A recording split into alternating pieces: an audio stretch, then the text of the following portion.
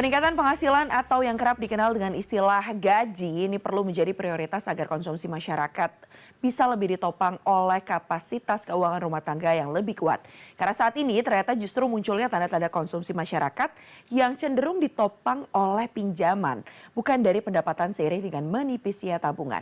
Dan untuk membahasnya kita sudah terhubung bersama dengan Kepala Pusat Makroekonomi dan Keuangan Institute for Development and Economics and Finance, INDEF, Bapak Rizal Taufikur Rahman. Terima kasih, selamat pagi Pak Rizal. Sama-sama Mbak, selamat pagi. Baik, ini kalau kita lihat ya dari headline-nya saja, tabungan susut konsumsi masyarakat ditopang utang. Pertanyaannya, benarkah fenomena itu?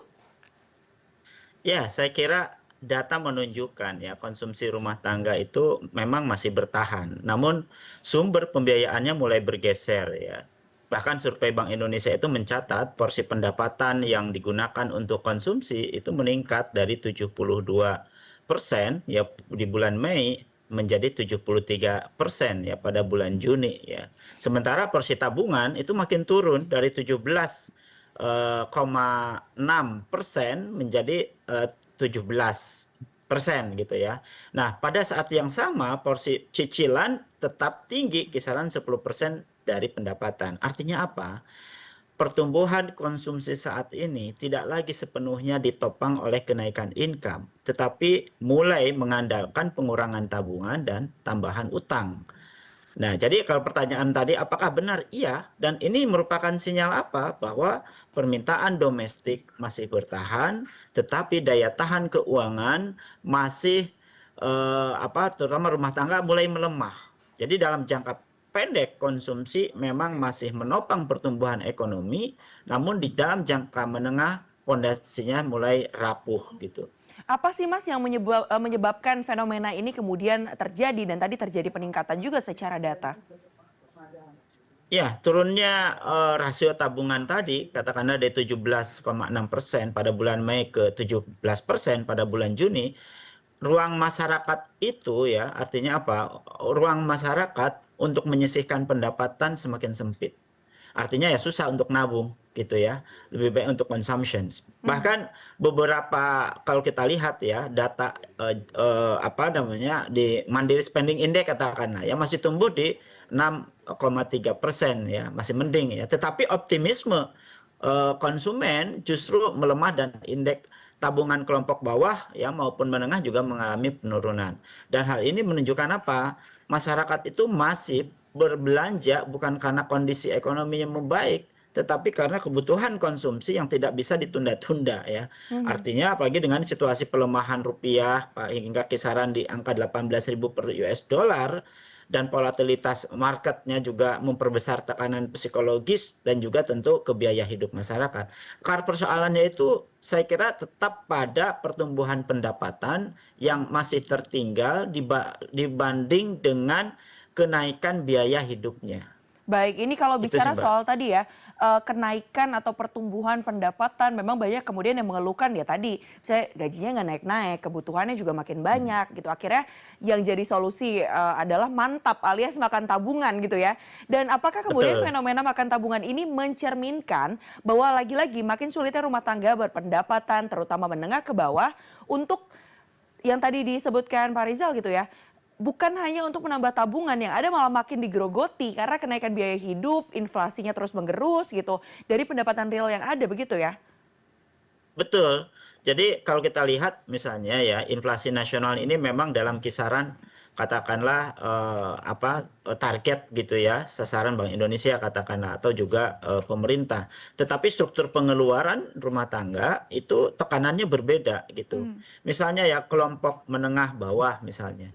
Alokasi sebagian besar income-nya untuk kebutuhan pokok ya pangan, katakanlah pakaian Mmm. ya. Sehingga sedikit kenaikan pangan ya untuk transportasi, pendidikan maupun cicilan langsung yang menggerus pendapatan real rumah tangga mereka. Akibatnya apa? Ya, yang terkena pasti kan rumah tangga menengah bawah dan yang rentan itu ya, aspiring household itu, Mhm. termasuk juga yang di bawah lagi ya, yang lower income di rumah tangga menengah dan tabungan itu menjadi shock absorber ya. Pertama yang pasti digunakan setiap rumah tangga.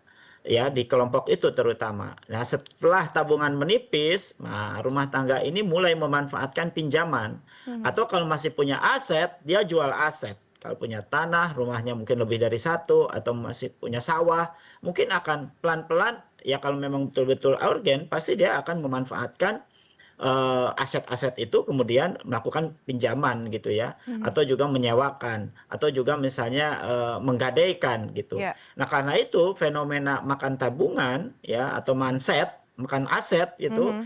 ini adalah indikator bahwa kapasitas membangun kekayaan atau wealth accumulation dari rumah tangga itu semakin lemah. Bukan sekadar masalah perubahan perilaku gitu ya, tetapi justru masalahnya adalah bagaimana perbaikan di income-nya gitu. Oke, kuncinya itu tadi ya, bagaimana kemudian, karena income-nya belum ada perbaikan, akhirnya yang dilakukan adalah mindset, makan aset, atau tadi mantap, makan tabungan, digerogoti begitu. Itu kalau yang punya tabungan dan juga aset.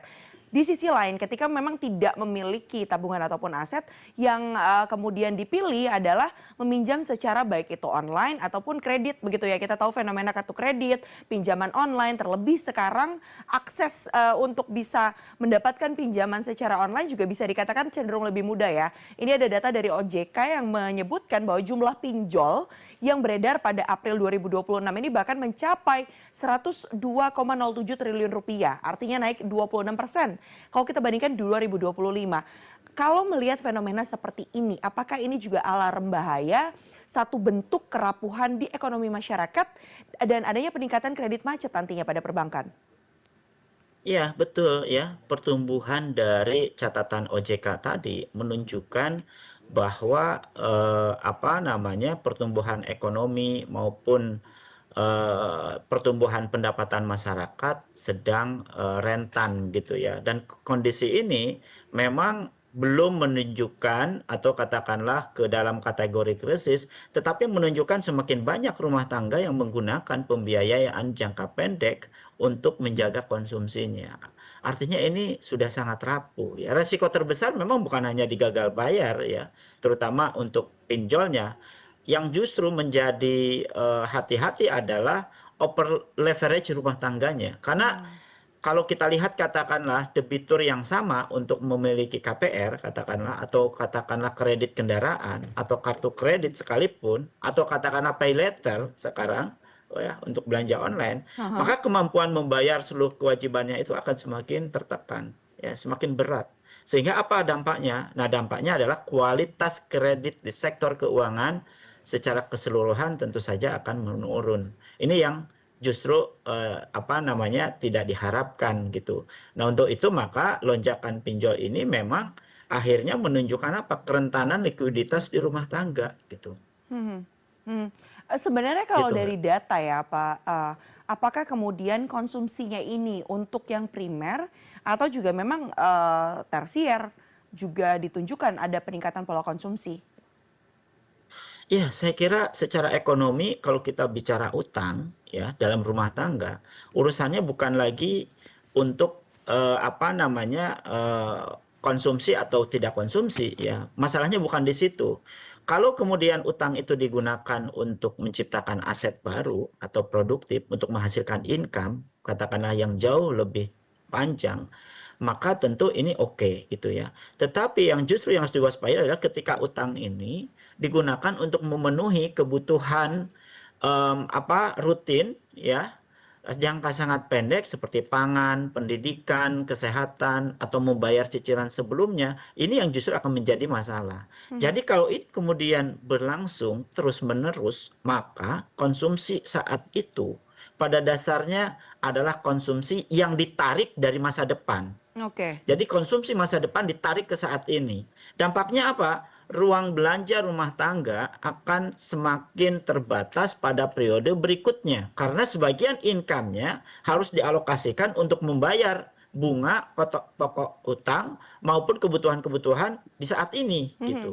Sehingga itu kan menjadi beban consumption atau membayar utang di masa depan kan gitu. Baik, artinya stimulus atau mungkin, solusi seperti apa yang diharapkan bisa, menjadi salah satu alternatif begitu untuk bisa mengatasi hal ini, Pak?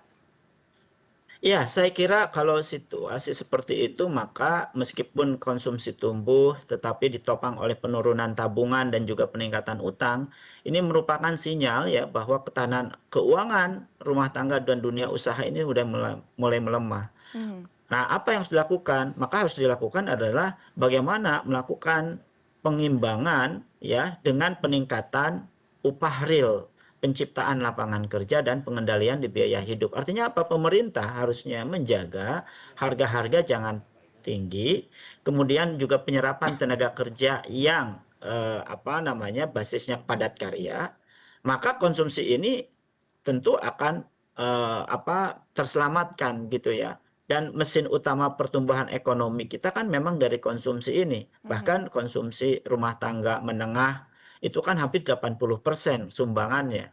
Dan ini tentu harus dijaga. Supaya apa? Agar tidak kehilangan daya dorong di pertumbuhan ekonomi berikutnya.